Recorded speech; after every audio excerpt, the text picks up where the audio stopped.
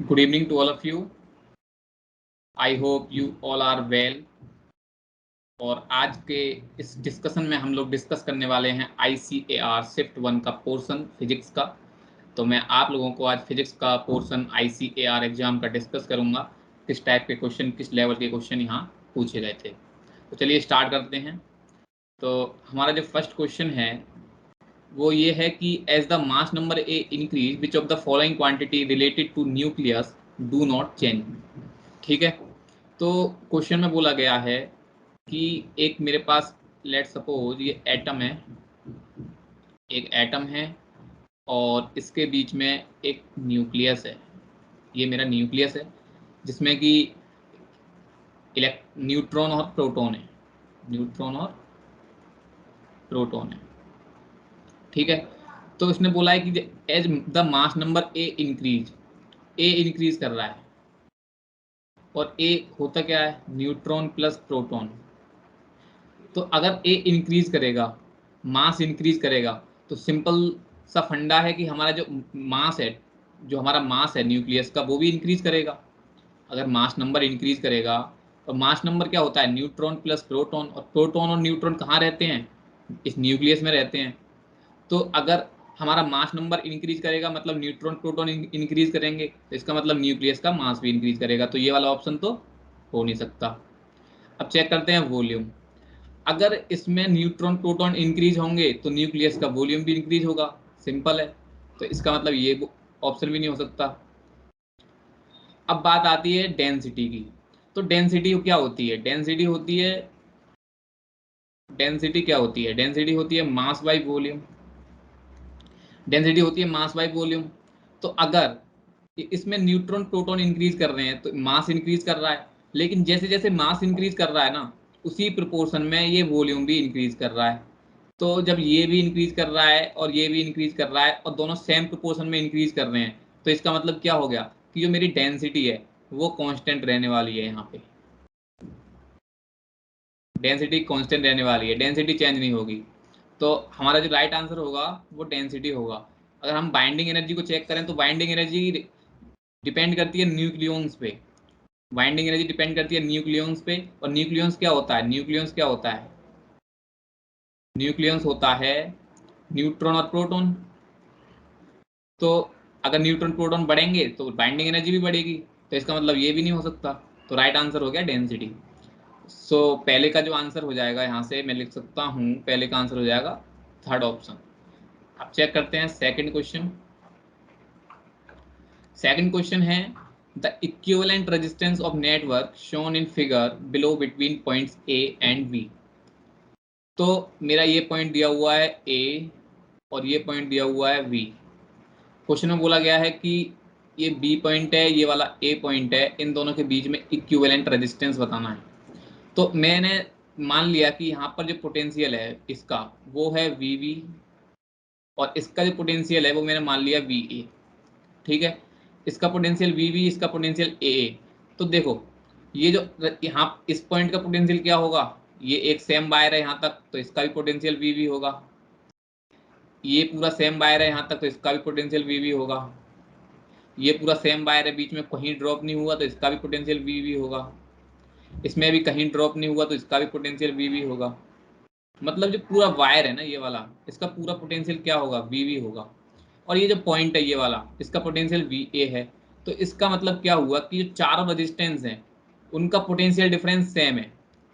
तो जब potential difference same होता है रेजिस्टेंस का, जैसे ये है और ये है, तो इनका पोटेंशियल डिफरेंस सेम है दोनों रेजिस्टेंस का। तो जब पोटेंशियल डिफरेंस सेम होता है तो इसका मतलब वो रेजिस्टेंस पैरेलल में है। ये एक कंडीशन है। ये चारों रेजिस्टेंस बना देता हूँ मैं यहाँ पे, इसको बोल देता हूँ 8, ये भी 8, ये भी 8 और ये भी 8। अगर ये लेट सपोज ए है और ये बी है, तो अगर चारों रेजिस्टेंस एक सेम पोटेंशियल डिफरेंस पे हैं तो इसका मतलब कि ये चारों के चारों रेजिस्टेंस पैरेलल में है। तो आर इक्विवेलेंट निकालने के लिए पैरेलल वाली कंडीशन लगा देंगे, 1/R equivalent is equal to 1/8 plus 1/8 plus 1/8। Plus 1/8। तो यहाँ से क्या आ जाएगा, आर इक्विवेलेंट आ जाएगा यहाँ से 2 ओम। ठीक है, तो हमारा जो करेक्ट आंसर होगा वो होगा 2 ओम। तो सेकंड का ऑप्शन नंबर 1 सही है। अब हम मूव करते हैं थर्ड क्वेश्चन पे। थर्ड क्वेश्चन बोल रहा है a proton and an electron are placed in an electric field, then we can say. एक इलेक्ट्रिक फील्ड है, ये इलेक्ट्रिक फील्ड है, इस तरीके से इलेक्ट्रिक फील्ड है। ठीक है, और ये इलेक्ट्रिक फील्ड हो गया। अब इसमें बोला गया है कि हमने इसमें एक इलेक्ट्रॉन को प्लेस करा, और सेम अगर इलेक्ट्रिक फील्ड में कहीं मैंने एक प्रोटॉन को भी प्लेस कर दिया, तो बोला है कि electric force acting on them are equal. तो देखो इलेक्ट्रिक फोर्स क्या होता है, फोर्स होता है, इलेक्ट्रिक फोर्स होता है Q multiply by E vector, Q multiply by electric field, और ये वेक्टर होता है, तो और F भी वेक्टर है। तो इसका मतलब ये हो गया कि अगर मैं पॉजिटिव चार्ज लूंगा तो जो फोर्स होगा वो इलेक्ट्रिक फील्ड की डायरेक्शन में ही लगेगा। तो अगर मैंने यहाँ प्रोटॉन पॉजिटिव चार्ज लिया है तो यहाँ पर फोर्स लगेगा इस डायरेक्शन में, और जो इलेक्ट्रॉन है उस पर फोर्स लगेगा इस डायरेक्शन में। तो दोनों की डायरेक्शन डिफरेंट है, तो इसका मतलब क्या हो गया कि दोनों फोर्स इक्वल तो कभी नहीं हो सकते, क्योंकि दोनों की डायरेक्शन है डिफरेंट। और फोर्स एक वेक्टर क्वांटिटी है, तो अगर हमें इक्वल करना है तो उसकी डायरेक्शन भी सेम होना चाहिए, और मैग्नीट्यूड तो सेम हो जाएगा, क्योंकि मैग्नीट्यूड के लिए क्या कंडीशन है, चार्ज चार्ज दोनों का इक्वल है, तो मैग्नीट्यूड तो इक्वल हो जाएगा, लेकिन डायरेक्शन जो होगी इनकी वो डिफरेंट होगी। तो इसका मतलब फोर्स कभी इक्वल नहीं हो सकता, और फोर्स कभी इक्वल नहीं हो सकता, तो इसका मतलब ये पहला ऑप्शन गलत हो गया। अब सेकंड ऑप्शन चेक करते हैं, the magnitude of the force are equal. ये ऑप्शन सही है, क्योंकि इसमें सिर्फ मैग्नीट्यूड बोला, डायरेक्शन नहीं बोला। तो मैग्नीट्यूड तो सिंपल यही होगा, ई है चार्ज, तो ये मैग्नीट्यूड हो जाएगा। तो ये वाला ऑप्शन मेरा सही है, सेकंड ऑप्शन सही हो जाएगा, क्योंकि इसमें सिर्फ मैग्नीट्यूड बोला है, डायरेक्शन की कोई बात नहीं है। Their acceleration are equal, acceleration equal होंगे ही नहीं, क्योंकि एक्सीलरेशन क्या होता है, एक्सीलरेशन होता है फोर्स बाई मास। और अगर फोर्स का मैग्नीट्यूड सेम है, इसका मैग्नीट्यूड सेम है, लेकिन मास तो डिफरेंट है दोनों का, मास तो डिफरेंट है, इलेक्ट्रॉन का भी मास अलग है, प्रोटॉन इलेक्ट्रॉन प्रोटॉन दोनों का मास अलग अलग है। तो अगर मास अलग अलग है तो एक्सेलेरेशन भी अलग अलग होगा, तो ये वाला ऑप्शन भी नहीं हो सकता। अब बात आती है the magnitude of their acceleration are equal. जब एक्सेलरेशन इक्वल ही नहीं है तो मैग्नीट्यूड ऑफ एक्सेलरेशन भी इक्वल नहीं होगा, तो ये वाला ऑप्शन भी गलत है। तो इसमें सेकंड ऑप्शन मेरा सही हो जाएगा। तो ये जो थर्ड क्वेश्चन है, ये सेकंड क्वेश्चन था, ये सेकंड क्वेश्चन था, ये वाला थर्ड क्वेश्चन है, इसका आंसर हो जाएगा सेकंड ये। ठीक है, अब मूव करते हैं नेक्स्ट क्वेश्चन पे।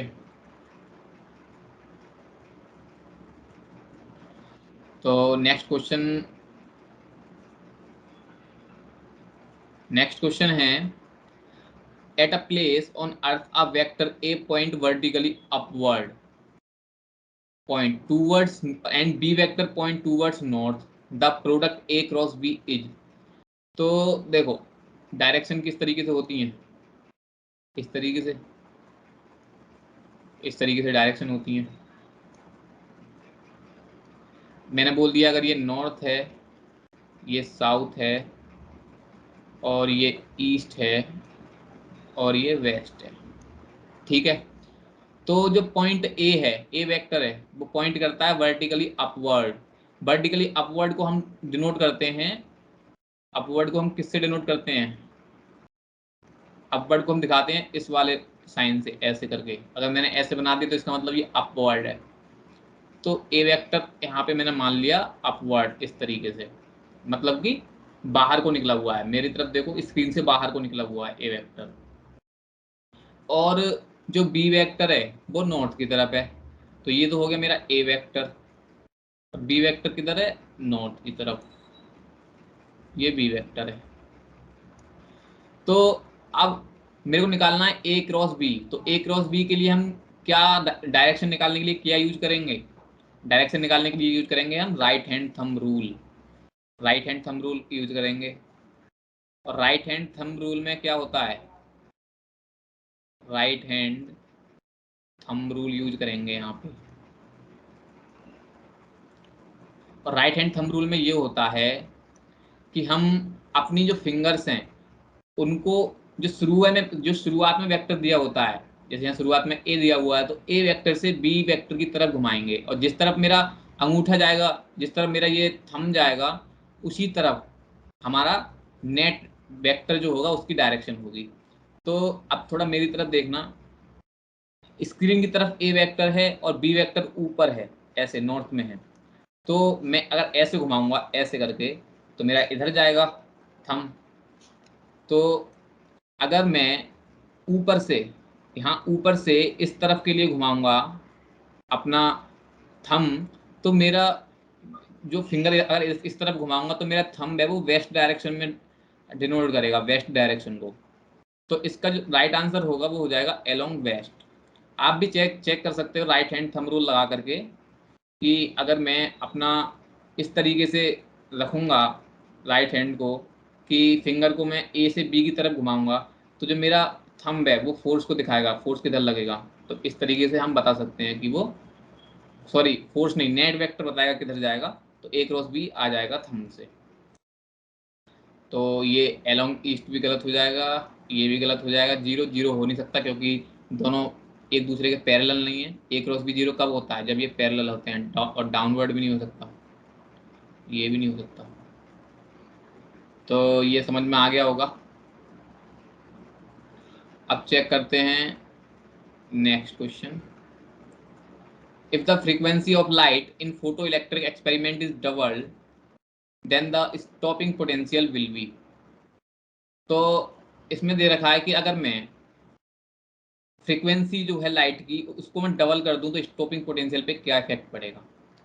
तो देखो, लेट सपोज पहले इनिशियल में मेरी जो फ्रीक्वेंसी थी वो कुछ एफ थी, एफ, ठीक है। ये हो गई, अगर एफ इनिशियल बताऊं मैं, जो शुरुआत में इनिशियल फ्रीक्वेंसी थी वो थी मेरी ये म्यू। और अगर शुरुआत में जब इनिशियल फ्रीक्वेंसी म्यू थी तो स्टॉपिंग पोटेंशियल को कैसे लिखते हैं अपन, ये फॉर्मूला होता है h mu minus work function is equal to,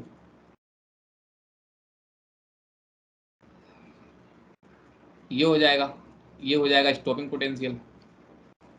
तो h mu minus work function is equal to e V naught. तो ये हो गया मेरा शुरुआत का पोटेंशियल, वी नॉट हो गया initial potential, initial stopping potential.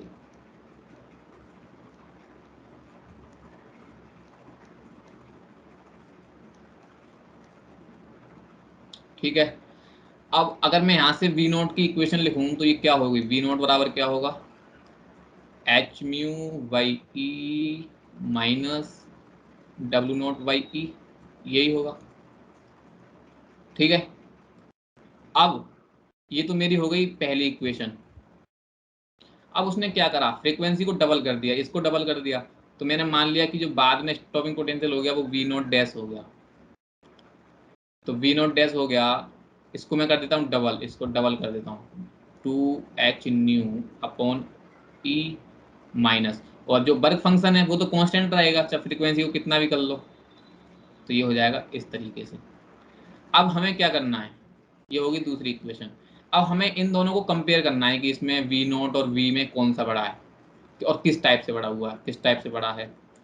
तो यहाँ पे कंपेयर कर लेते हैं। अगर मैं वी नॉट डैश को कुछ इस तरीके से लिख लूँ, two h nu upon e minus two W naught upon e plus W naught upon e, मतलब मैंने plus W naught upon e एक बार प्लस करा और एक बार माइनस करा, तो माइनस करूंगा यहाँ पर मैं माइनस डब्ल्यू नॉट अपॉन ई करूंगा, एक बार मैं यहाँ पे माइनस कर देता हूँ इसको, और एक बार मैं इसको प्लस कर देता हूँ, तो कोई इफेक्ट पड़ेगा नहीं। जब कोई इफेक्ट नहीं पड़ेगा तो ये हो जाएगा minus two W naught upon e, और ये हो जाएगा plus W naught upon e. तो ये हो जाएगा यहाँ से v डै बराबर, यहाँ से 2 कॉमन ले लो तो ये हो जाएगा h nu upon e minus W naught upon e plus W naught by e. ठीक है, तो यहाँ से आ गया V naught dash is equal to 2। और ये जो है देखो, ये वाली क्वांटिटी ध्यान से देखो, ये फर्स्ट इक्वेशन से मैच कर रही है, इस वाली इक्वेशन से ये मैच कर रही है। तो इसको क्या लिख सकता हूँ मैं, वी नॉट लिख सकता हूँ, ये हो गया। तो अब इस इक्वेशन से हम क्या कंक्लूजन निकाल सकते हैं, इस इक्वेशन से हम कंक्लूजन ये निकाल सकते हैं कि जो मेरा वी नॉट डैश है, वी नॉट डैश वो बड़ा है किससे, 2v नॉट से बड़ा है, 2v नॉट से। तो ये 2v नॉट से बड़ा है, क्यों बड़ा है, क्योंकि 2v नॉट में जब मैं इतना ऐड कर रहा हूँ तब इसके बराबर हो पा रहा है। तो इसका मतलब v नॉट जो है वो 2v not, v not dash 2v not से बड़ा है। तो ये मेरा कंक्लूजन हो गया, तो ये हो जाएगा आंसर, यही होएगा। अब इसको कैसे लिखा है उन्होंने, डबल, डबल तो नहीं हो रहा क्योंकि यहाँ पर ग्रेटर देन का साइन लगा हुआ है, इक्वल का तो साइन है नहीं, तो मोर देन डबल हो जाएगा। ये आंसर सही है, ये वाला आंसर गलत, ये वाला आंसर गलत, ये वाला आंसर गलत। ये ऑप्शन सही है, इसका आंसर हो जाएगा 2। जिसका आंसर सही है वो मौज करो। अब चेक करते हैं ये वाला question, the truth table given below represent the logic gate. अब देखो यहाँ पे हमें चेक करना है कि मतलब कौन सा लॉजिक गेट इस टेबल को फॉलो कर रहा है। तो इसके लिए ना क्या करना चाहिए, इसके लिए एक एक करके सारे ऑप्शन चेक कर लेने चाहिए। तो सबसे पहले मैं नॉर को चेक कर लेता हूँ, नॉर को चेक करते हैं आप। नॉर छोटा बना दिया, कोई दिक्कत नहीं है। तो नॉर के लिए देखो, जीरो और जीरो मिलाएंगे तो, और अगर मैं जीरो जीरो का और लूंगा तो क्या आएगा, जीरो ही आएगा, और उसका नॉर करने पे आ जाएगा ये 1। अगर मैं जीरो वन लूंगा और उसका और लूंगा जीरो वन का, तो और क्या आएगा, 1 आएगा, और नॉर ले लूंगा इसका नॉर तो ये 0 आ जाएगा। तो देखो ये यहीं पे फेल हो गया, जीरो वन का नॉर के अकॉर्डिंग आ रहा है यहाँ पे 0, ये 0 आ रहा है नॉर के अकॉर्डिंग, लेकिन यहाँ पर क्या दिया हुआ है, 1 दिया हुआ है। तो इसका मतलब ये यहीं फेल हो गया, मतलब नॉर हमारा सही आंसर नहीं है। अब हम चेक करेंगे इसके लिए, नंद के लिए, NAND के लिए। तो इसके लिए यहाँ पर कर लेते हैं चेक, NAND। ठीक है, तो देखो जीरो जीरो, जीरो जीरो का एंड होगा 0, और उसका अगर मैं नोट ले लूंगा तो ये हो जाएगा 1। अब चेक करता हूँ जीरो वन, जीरो वन का एंड क्या होगा 0, और उसका एंड लेने पे आ जाएगा, सॉरी उसका नॉट लेने पे आ जाएगा 1। अब 10, 10 का एंड क्या होगा 0, उसका नॉट लेने पे क्या आ जाएगा 1। अगर मैं चेक करता हूँ 11 को, 11 का एंड क्या होगा 1, और उसका नॉट लेने पे क्या आ जाएगा 0। ये मैच कर रहा है, देखो ध्यान से, ये मैच कर रहा है। तो इसका मतलब नन, ये हमारा आंसर सही है, ये वाला गलत। और अगर ये ऑप्शन सही है तो मतलब कि सारे ऑप्शन गलत हो जाएंगे, ये वाला ऑप्शन सही हो जाएगा। तो मेरा ये वाला आंसर सही हो जाएगा, सेकंड ऑप्शन। ठीक है, तो चेक करते हैं 7th क्वेश्चन, थोड़ा जल्दी जल्दी कर लेते हैं। Let Cp and Cv denote molar heat capacity of an ideal gas at constant pressure at constant volume respectively, which of the following is the universal constant. ये तो बहुत ही सिंपल रिजल्ट है, मेरे को लगता है सभी को याद होगा। Cp minus Cv is equal to R होता है, और जो कि एक यूनिवर्सल कांस्टेंट होता है। आई थिंक सबको याद होगा, ये तो यूनिवर्सल कांस्टेंट होता है ये। ठीक है, तो इसका तो सिंपल हो जाएगा Cp माइनस Cv। बाकी सारे ऑप्शन गलत, ये भी गलत, ये भी गलत। कुछ लोगों ने क्या मार दिया होगा, Cp/Cv गामा होता है तो ये मार दिया होगा, लेकिन गामा कांस्टेंट नहीं होता है गाइस। तो इसका मतलब Cp minus Cv equal to R, right answer, third option मेरा सही है। चलते हैं नेक्स्ट क्वेश्चन पे। नेक्स्ट क्वेश्चन दिया हुआ है, two source are called coherent if they produce waves. तो दो सोर्स, इसकी तो सिंपल डेफिनेशन है, देखो मेरे को लगता है आप लोगों को याद होगी कि अगर दो सोर्स कोहेरेंट कब होते हैं, जब उनका जो फेज डिफरेंस है वो हमेशा कांस्टेंट रहे, at every instant of time. Phase difference क्या होना चाहिए, कांस्टेंट रहना चाहिए। अगर एक का फेज डिफरेंस है कुछ 5 1, एक का है φ2, तो उनका जो फेज का डिफरेंस है वो φ1 माइनस φ2 कांस्टेंट रहना चाहिए। तो यहाँ पे लिख देता हूँ मैं, phase difference should be constant, should be constant for coherent source.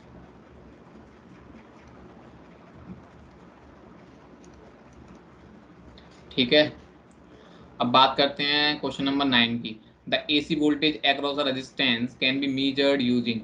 तो देखो एसी वोल्टेज के लिए हम डीसी का डिवाइस तो यूज कर नहीं सकते एसी वोल्टेज के लिए, क्योंकि डीसी का डिवाइस क्या मेजर करता है, एवरेज वैल्यू मेजर करता है।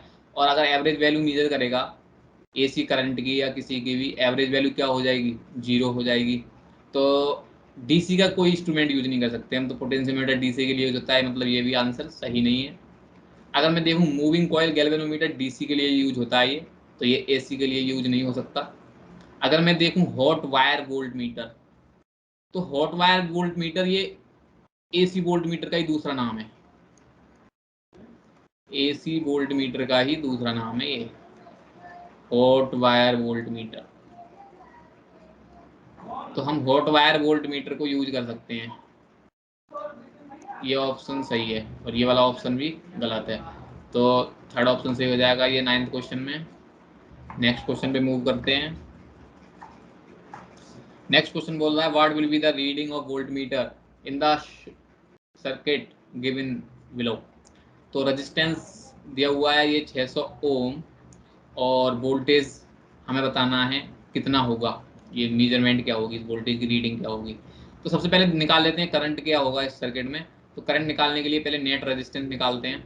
तो आर नेट क्या होगा, आर नेट निकालने के लिए पहले देखो 600 और 300 का हमें आर नेट निकालना पड़ेगा। तो 600 300 का आर नेट कितना हो जाएगा, ये कितना हो जाएगा 600 और 300, जल्दी बोलो जल्दी, ये हो जाएगा 918 कैंसिल, ये हो जाएगा 200 आ जाएगा। ये क्या आ गया 600 और 300 वाला, और अब इसमें ऐड कर दो 200 वाला, तो नेट आ गया आर नेट कितना आ गया 200 प्लस 200, ये आ गया तुम्हारा 400। ठीक है, तो अब नेट आ गया 400, तो इसका मतलब जो करंट आ जाएगा, करंट वो आ जाएगा 100/4, ये हो गया V/R। ठीक है, तो सॉरी 100/400 आएगा ये रेजिस्टेंस 400 दिया हुआ है, तो ये कैंसिल कर देंगे, तो यहाँ से आई आ जाएगा 1/4। ठीक है, तो यहाँ से जो मेरा करंट फ्लो कर रहा है आई इस वाले वायर में, वो कितना फ्लो कर रहा है 1/4 एम्पियर। अब देखो ये वोल्ट मीटर है, ये वोल्ट मीटर कहाँ की रीडिंग मेजर कर रहा है, ये वोल्ट मीटर इस 300 वाले रेजिस्टेंस की रीडिंग बता रहा है, मतलब 300 वाले रेजिस्टेंस के अगर कितना वोल्टेज है वो बता रहा है ये। ठीक है, तो जब ये 300 वाले के एक्रॉस बता रहा है, तो अगर 300 वाले के एक्रॉस में पोटेंशियल निकाल लूंगा तो वही पोटेंशियल ये शो कर रहा होगा, है ना। तो 300 वाले के एक्रॉस निकाल लेते हैं पोटेंशियल। तो 300 वाले के एक्रॉस जो पोटेंशियल होगा वो कितना होगा, 300 मल्टीप्लाई बाई करंट आई, तो हो जाएगा 300 मल्टीप्लाई बाई 1/4, ये कैंसिल करो, आ जाएगा 75 वोल्ट आंसर। ठीक है, तो ये हो जाएगा 75 सॉरी, तो ये हो जाएगा सेकंड ऑप्शन इसका सही है। मूव करते हैं 11 question number. A cell of 2 volt and internal resistance 0.5 ohm connected across a resistance of 9.5 ohm, how many electrons cross through a cross section of resistance in 1 second। ठीक है, तो देखो क्या दिया हुआ है, एक मेरे पास बैटरी है, इसका कुछ इंटरनल रेजिस्टेंस है, और एक मेरा एक बड़ा सा रेजिस्टेंस है ये 9.5 ओम का, और ये 0.5 ओम का, और इस तरीके से सर्किट है। ये 2 वोल्ट है। सबसे पहले सिंपल करंट निकाल लो, आई कितना आ जाएगा, आई मेरा आ जाएगा V अपॉन R 2/10, ये आ जाएगा 1/5।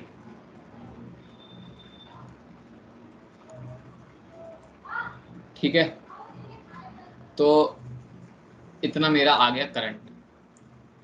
इसका मतलब क्या हो गया? इसका मतलब ये हो गया कि एक सेकंड में 1/5 कूलाम चार्ज फ्लो कर रहा है। क्योंकि करंट क्या होता है? करंट होता है कि charge flow per unit time.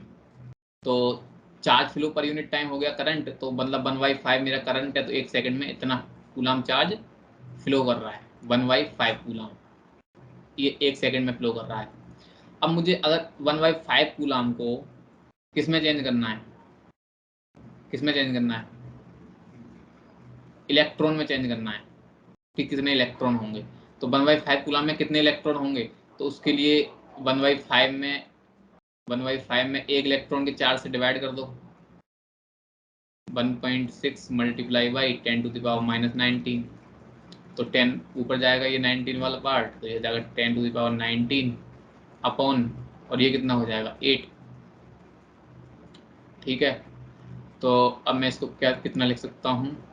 10 multiply by 10⁻18 upon 8, और ये हो जाएगा 1.25। तो ये जाएगा 1.25 मल्टीप्लाई बाई 10⁻18। इतने इलेक्ट्रॉन होने चाहिए एक सेकंड में पास करने के लिए, तब हमारा 1/5 कूलम चार्ज पास होगा। तो इसका आंसर क्या हो जाएगा? ये वाला हो जाएगा। ये गलत गलत गलत। इसका आंसर है सेकंड ऑप्शन। ठीक है, अब मूव करते हैं 12वें क्वेश्चन पे। 12वां क्वेश्चन दिया हुआ है, the current supply by the battery in the circuit shown in figure neglect internal resistance of battery. इसका इंटरनल रेजिस्टेंस नेग्लेक्ट कर दो। तो बोला है कि current supply by the battery, तो इसका देखो सबसे पहले नेट रेजिस्टेंस निकाल लो। देखो सारे के सारे जो रेजिस्टेंस है वो पैरेलल में है, सबके बीच सबके अक्रॉस पोटेंशियल डिफरेंस कांस्टेंट है 3 वोल्ट का। ठीक है, तो सबके सब क्या हैं? कांस्टेंट है। तो नेट रेजिस्टेंस कितना आएगा? नेट रेजिस्टेंस आएगा, नेट रेजिस्टेंस आएगा 1/R net is equal to 1/12 plus 1/12 4 बार, 1 2 3 4। तो ये हो जाएगा 4/12 1/3 R net is equal to 3। तो अब करंट निकाल लो, I is equal to V upon R, 3 volt upon 3, मतलब ये कितना आ जाएगा? ओम था ये, तो ये आ जाएगा 1 एम्पियर। राइट ऑप्शन ये वाला हो जाएगा। इसका ऑप्शन नंबर 1 सही है। तो उम्मीद है आप लोगों को थोड़ा सही लग रहा होगा, लेकिन जिनके क्वेश्चन थोड़े गलत जा रहे होंगे उनको तो दिक्कत हो रही होगी, कोई बात नहीं, और मेहनत करते हैं। तो अब चलते हैं हम अगले क्वेश्चन पे। ये वाला क्वेश्चन, इसमें बोला है विच of the following graph represent the relation between capillary rise h and radius r of the capillary. तो देखो h और r के बीच में रिलेशन पता होना चाहिए ग्राफ पता करने के लिए।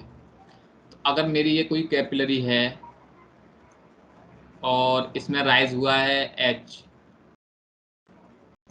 और इसकी जो रेडियस है ये वाली, ये है r, तो इसका रिलेशन निकालने के लिए हम सिंपल ड्राइव कर सकते हैं। क्या?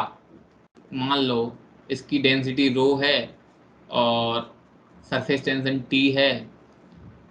डेंसिटी मान लो इसकी रो, सरफेस टेंशन मान लो इसकी, सरफेस टेंशन मान लो इसकी t, सिग्मा मान लो सिग्मा। तो अब क्या हो जाएगा? इसका ड्राइव करते हैं। ये जो ऊपर जितना वेट है, पानी का जितना वेट ऊपर राइज हुआ है वो कितना है? रो जी इंटू एच और इंटू पाई आर स्क्वायर। क्या करा मैंने? ये देखो रो इन ये h multiply by pi r square तो वॉल्यूम हो गया, और डेंसिटी से मल्टीप्लाई कर दिया मास हो गया, और g से मल्टीप्लाई कर दिया तो mg हो गया पूरा, ये mg, ये पानी का mg हो गया। ये ऊपर उठा हुआ है तो इसको कौन रोक रहा है, जो ऊपर उठा हुआ पानी है इसको कौन रोक रहा है, इसको रोक रही है सरफेस टेंशन का जो फोर्स लग रहा है ऊपर, ऐसे लग रहा होगा ना एक फोर्स टी, एंगल थीटा पे, तो वो इसको रोकेगा। तो अब जो ऊपर कितना फोर्स लग रहा होगा वो कैसे निकालना है, तो क्या होता है formula, force per unit length बराबर टेंशन होता है, मतलब सिग्मा, तो फोर्स बराबर क्या होता है एल इंटू सिग्मा। तो यहाँ पे एल क्या है, एल एल पूरा डायमीटर हो जाएगा इसका, ये हो जाएगा 2 पाई आर इंटू सिग्मा इंटू, ये कॉस थीटा लेना पड़ेगा, इस फोर्स का फोर्स लग रहा होगा इधर तो इसका कॉस थीटा वाला पार्ट, क्योंकि जो हमें लेना है वर्टिकल वाला पार्ट कॉस थीटा। तो इस फॉर्मूले से देखो, अब इस फॉर्मूले से देखोगे अगर तुम, तो तुम्हें क्या दिखेगा, तुम्हें दिखेगा 2 पाई पाई कैंसिल हो जाएगा, sigma cos theta upon rho और आर जी, ये दिखने वाला है। तो इस रिलेशन में देखो ध्यान से क्या दिया हुआ है, एच और आर का रिलेशन क्या आ रहा है, यहाँ से एच आ रहा है इनवर्सली प्रोपोर्शनल टू आर। जब H inversely proportional to R आ रहा है तो इसका ग्राफ कैसा होता है, H inversely proportional to R का ग्राफ हाइपरबोलिक इस टाइप का। तो इस टाइप का ग्राफ कौन सा है, सी वाला। तो आंसर क्या हो जाएगा, ये वाला आंसर सही हो जाएगा, इसका आंसर सी वाला सही हो जाएगा। तो आई होप समझ में आया होगा कैसे करा है मैंने, तो ये वाला सही हो जाएगा इसका, दूसरा ऑप्शन, दूसरा ऑप्शन सही है इसका। यहाँ पे दो लिख लेते हैं, दो। अब चलते हैं 14 नंबर क्वेश्चन पे। While walking on ice one should take smaller steps to avoid slipping, this is because friction is small. Very simple question. अगर आइस दी हुई है तो हमें छोटे छोटे स्टेप क्यों रखने चाहिए, ये मान लो कोई आदमी है, हमें छोटे छोटे स्टेप क्यों रखने चाहिए, क्योंकि देखो जब छोटे छोटे स्टेप होंगे ना, छोटे छोटे स्टेप होंगे तो जो ऊपर के ये नॉर्मल जो फोर्स रहेगा वो ज़्यादा रहेगा, ज़्यादा। और जब नॉर्मल फोर्स ज़्यादा रहेगा तो सिंपल सी बात है कि जो हम पर, जो रिएक्शन में जो हम पर फोर्स लगने वाला है फ्रिक्शन वाला, वो बढ़ जाएगा, हमारे स्लिपिंग के चांस घट जाएंगे। तो इसलिए उस फ्रिक्शन को बढ़ाने के लिए, क्योंकि आइस का फ्रिक्शन कम होता है, तो उस फ्रिक्शन को बढ़ाने के लिए हम क्या करते हैं, छोटे छोटे स्टेप लेते हैं। तो इसका फ्रिक्शन हो जाएगा स्मॉल आइस का, इसलिए हम छोटे छोटे स्टेप लेते हैं, बाकी सारे ऑप्शन गलत। तो इसका आंसर हो जाएगा थर्ड, थर्ड नहीं सेकंड, सेकंड। ठीक है, तो समझ में आया क्यों हम छोटे छोटे स्टेप लेते हैं, क्योंकि फ्रिक्शन जो होता है ना बहुत कम होता है आइस का। नेक्स्ट क्वेश्चन नंबर पे चलते हैं, question number 15। From the velocity time plot shown in figure find the distance travelled by the particle during the 40 second. एक बात ध्यान से देखो, दिया हुआ है यहाँ पे डिस्टेंस, कुछ लोगों ने क्या करा होगा, डिस्प्लेसमेंट निकाल दिया होगा, प्लस का माइनस का जीरो कर दिया होगा, लेकिन डिस्टेंस निकालना है। डिस्टेंस निकालने के लिए क्या करते हैं, जो नेगेटिव का डिस्प्लेसमेंट है उसको भी प्लस करना होता है। तो पहले क्या करेंगे हम, डिस्टेंस का फॉर्मूला क्या होता है, डिस्प्लेसमेंट का फॉर्मूला बताओ क्या होता है। डिस्प्लेसमेंट होता है area under VT graph, area under VT graph.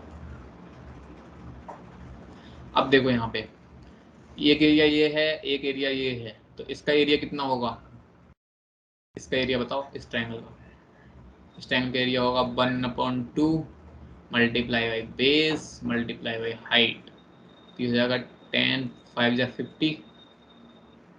और इसका एरिया कितना होगा 1/2 इंटू बेस, बेस यहाँ पे 20 है क्योंकि ये वाली डिस्टेंस 20 हो जाएगी, और ये वाली भी 20 है, और हाइट यहाँ पे भी 5 है, तो ये कितना हो जाएगा, ये भी 50 हो जाएगा, लेकिन ये माइनस का 50 होगा क्योंकि डिस्प्लेसमेंट ये यहाँ पे माइनस में है, और यहाँ पे डिस्प्लेसमेंट किस में है, प्लस में है।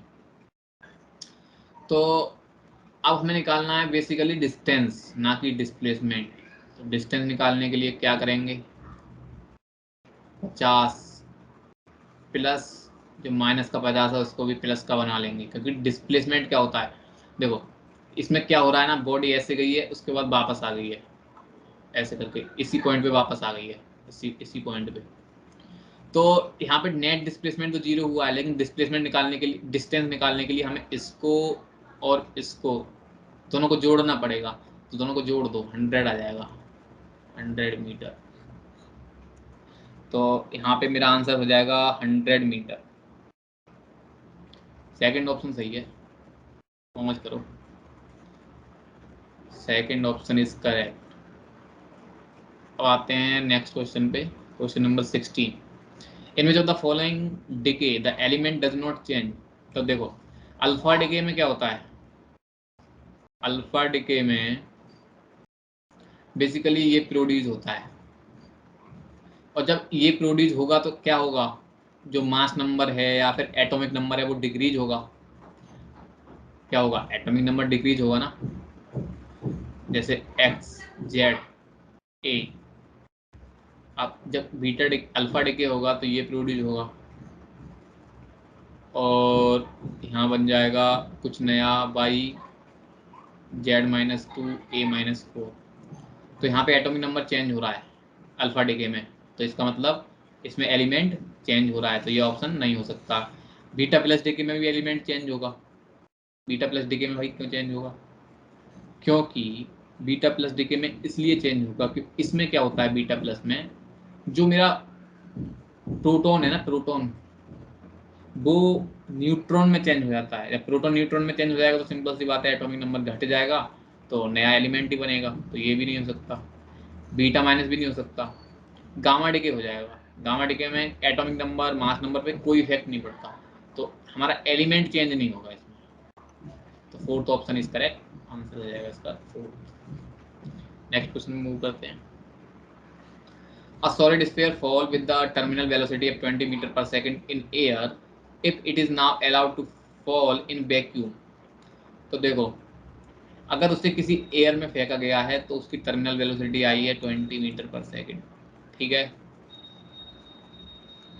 अगर अब उसको वैक्यूम में गिराया जाए तो टर्मिनल वेलोसिटी क्या होगी, तो पहली बात तो है वैक्यूम में कोई टर्मिनल वेलोसिटी होती नहीं है, क्योंकि वैक्यूम में रेजिस्टेंस ही नहीं होता है, तो no resistance in vacuum, no resistance in vacuum. तो जब रेजिस्टेंस ही नहीं होता वैक्यूम में तो टर्मिनल वेलोसिटी क्या है बात की, तो ये वाला ऑप्शन सही हो जाएगा, there will be no terminal velocity. ये गलत गलत गलत, ये सही है, फोर्थ ऑप्शन सही है, ये ऑप्शन सही है। अब आते हैं 18 question number. Assuming Bohr model the radius of lithium ion in its ground state will be. तो हमें बतानी है रेडियस, तो रेडियस का फॉर्मूला क्या होता है, रेडियस का फॉर्मूला होता है 0.52 angstrom multiply by n square by Z. तो यहाँ से रेडियस निकाल लो, 0.52 मल्टीप्लाई बाई 10⁻⁻10। एन स्क्वायर क्या हो जाएगा, एन की वैल्यू 1 है ग्राउंड स्टेट में, तो ये 1 बाई जेड। जेड कितना है, हाइड्रोजन हीलियम लिथियम 3 है जेड, ठीक है। तो अब मैं यहाँ से लिख सकता हूँ, ये हो जाएगा 5.2 डिवाइडेड बाई 3 मल्टीप्लाई बाई 10⁻⁻11, और ये हो जाएगा 1.8 10⁻⁻11 मीटर। तो ये फोर्थ ऑप्शन सही है, ये गलत है, फोर्थ सही, इसका आंसर हो जाएगा फोर्थ। नेक्स्ट क्वेश्चन को मूव करते हैं। कोई तार टूटने से पहले 20 किलोग्राम का भार सह सकता है, तो उसे दो टुकड़ों में बांट दिया जाए तो कितना बाहर सहेगा। तो देखो तुम्हें ये फॉर्मूला तो पता ही होगा कि स्ट्रेस अपॉन स्ट्रेन क्या होता है, कांस्टेंट, और वो कांस्टेंट क्या, यंग मॉडुलस। अब stress upon strain young modulus होता है, और ये एक मैटर की, मटेरियल की प्रॉपर्टी है, ना कि साइज की। मटेरियल प्रॉपर्टी है ये। तो जब हमने दो वायर को यहाँ पे तोड़ दिया तो मटेरियल तो चेंज नहीं हुआ ना, मटेरियल तो वही रहा, बेशक लेंथ चेंज हो गई। तो जब मटेरियल की प्रॉपर्टी चेंज नहीं हुई है ना, तो उसकी जो स्ट्रेंथ है ना, स्ट्रेंथ उसकी जो ताकत है वो भी चेंज नहीं होगी। तो जो छोटे छोटे टुकड़े हैं ना वो भी 20 किलोग्राम बाहर आराम से सह सकते हैं। तो ये गलत, ये सेकंड ऑप्शन सही है। तो यह जाएगा इसका। Question number 20, I I C I B में रिलेशन बताना है। Represent the emitter current, collector current, base current, ठीक है, इन द ट्रांजिस्टर। तो इसमें बेसिकली क्या होता है, देखो ये है मेरा इस तरीके से इस तरीके से होता है ना ये, इस तरीके से। तो इधर से आ रहा है आई सी, इधर से आई बी, इधर से आई ई। तो इसकी इक्वेशन होती है एक, I E is equal to I C plus I V. तो देखो यहाँ से देखो, I E is equal to I C plus I B है, तो इसका मतलब इन सब में कौन बड़ा हुआ सबसे ज्यादा, आई ई बड़ा हुआ। तो पहला ऑप्शन क्या कह रहा है, I C is slightly smaller than I E. तो ये ऑप्शन सही हो सकता है क्योंकि आई सी बोला है छोटा है आई ई से, तो यहाँ पे भी आई सी छोटा है आई ई से, तो ये ऑप्शन हो सकता है। अब देखो I C is slightly greater than I E, इस इक्वेशन से देखें तो आई सी ये वाला है, ये वाला आई सी है, तो आई ई से तो ये बड़ा हो ही नहीं सकता कभी, क्योंकि आई ई सबसे बड़ा है इसमें। तो ये वाला ऑप्शन तो गलत हो गया। I B is slightly greater than I C. अब एक फॉर्मूला और होता है, I C is equal to beta I V. तो आई सी हमेशा आई बी से बड़ा ही होगा यहाँ पे, क्योंकि बीटा से मल्टीप्लाई हो रहा है, आई बी में बीटा ग्रेटर देन 1 भी है। तो आई सी हमेशा आई बी से बड़ा होगा। तो ये ऑप्शन क्या कह रहा है, I B is slightly greater than I C, ये उल्टा ही कह रहा है कुछ, तो ये ऑप्शन गलत। अब I B is slightly greater than I E, I B तो अब सबसे बड़ा तो भाई आई ई है ना यहाँ पे, तो इसमें भी इसने क्या बोल दिया, आई बी को बड़ा बोल दिया, तो ये भी गलत ऑप्शन है। तो ये वाला ऑप्शन सही हो जाएगा, फर्स्ट ऑप्शन। ठीक है, नेक्स्ट क्वेश्चन में चलते हैं। विच of the following show graphically correct variation of gravitation potential with the resistance R from the centre of uniform thin spherical shell. तो देखो, मान लिया कि ये मेरी कोई सेल है, ठीक है, और इसका मास है m।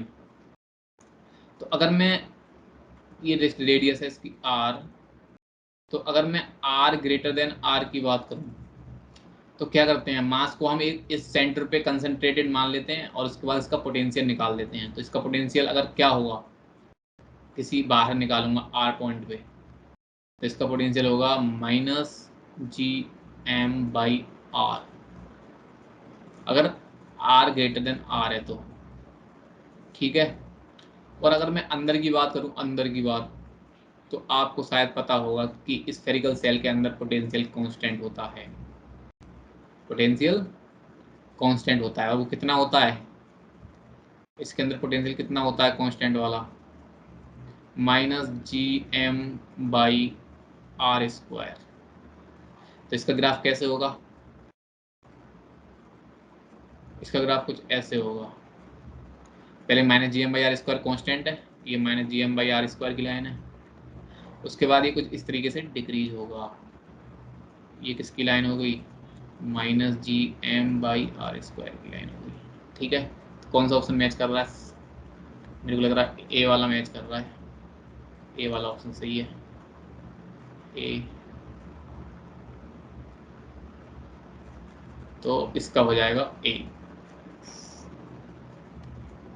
नेक्स्ट क्वेश्चन पे चलते हैं।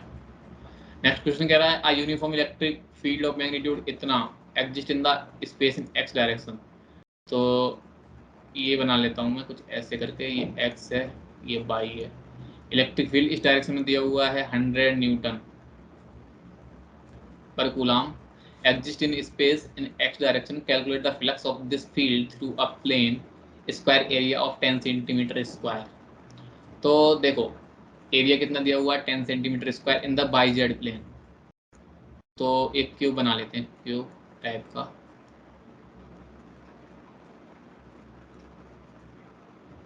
ये हो जाएगा क्यूब। ये मान लिया मैंने कुछ तीनों एक्सिस मान लिए, ये है एक्स, ये है वाई, ये है जेड। तो बाई जेड प्लेन कौन सा होगा? बाई जेड प्लेन ये वाला होगा, ये वाला बाई जेड प्लेन है। अब इधर मेरा इलेक्ट्रिक फील्ड है ई, और इसका एरिया दिया हुआ है 10 सेंटीमीटर स्क्वायर। तो फ्लक्स क्या होता है? Flux E dot D A, है ना? तो ई डॉट डी ए होता है। तो ई डॉट डी ए, यहाँ पे ई भी कांस्टेंट है, एरिया वेक्टर भी कांस्टेंट है, तो दोनों को हम सिंपल मल्टीप्लाई कर सकते हैं। तो ई दिया हुआ है 100, और एरिया को मीटर स्क्वायर में चेंज कर लो, तो ये हो जाएगा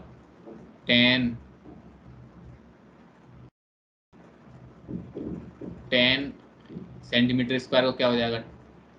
इतना मीटर स्क्वायर। ये एरिया हो जाएगा, और ये न्यूटन पर कूलम में हो जाएगा इतना। तो ये हो जाएगा 10⁻⁻1 टोटल। तो इतना फ्लक्स आ गया, ये हो जाएगा 0.1। तो कौन सा ऑप्शन मैच कर रहा है 0.1 से? कोई भी आंसर नहीं है यार इसमें तो जब कोई भी आंसर मैच नहीं कर रहा तो मतलब क्या क्वेश्चन गलत लग रहा है मेरे को, तो शायद क्वेश्चन गलत ही है। 0.1 आंसर इसका होगा, आप इसमें क्लेम कर सकते हो। हाँ, अगर कुछ ऐसा हो कि इसमें लिखा हो कि स्क्वायर ऑफ एज 10 सेंटीमीटर, अगर ये कुछ एज दी हो और स्क्वायर वाला टर्म ना हो, तो इसका आंसर 1 हो सकता है, क्योंकि फिर हो जाएगा 10⁻⁴ मल्टीप्लाई बाई 10⁻⁻4, ये 1 आ जाएगा इसमें। ये 100 हो जाएगा, तो ये फिर 1 आ जाएगा। अगर अगर ये 1 होगा तब, ये अगर एज होगी तब। अगर ये एरिया है, ये एरिया है, तो इसका एरिया हो जाएगा 10 × 10⁻⁴ मीटर स्क्वायर, और ये 100 से जब मल्टीप्लाई करेंगे तो इसका आंसर 0.1 आएगा, लेकिन 0.1 ऑप्शन में है नहीं कहीं। तो ये मेरे को इस क्वेश्चन में फॉल्ट लग रहा है, मेरे को इस क्वेश्चन में फॉल्ट लग रहा है।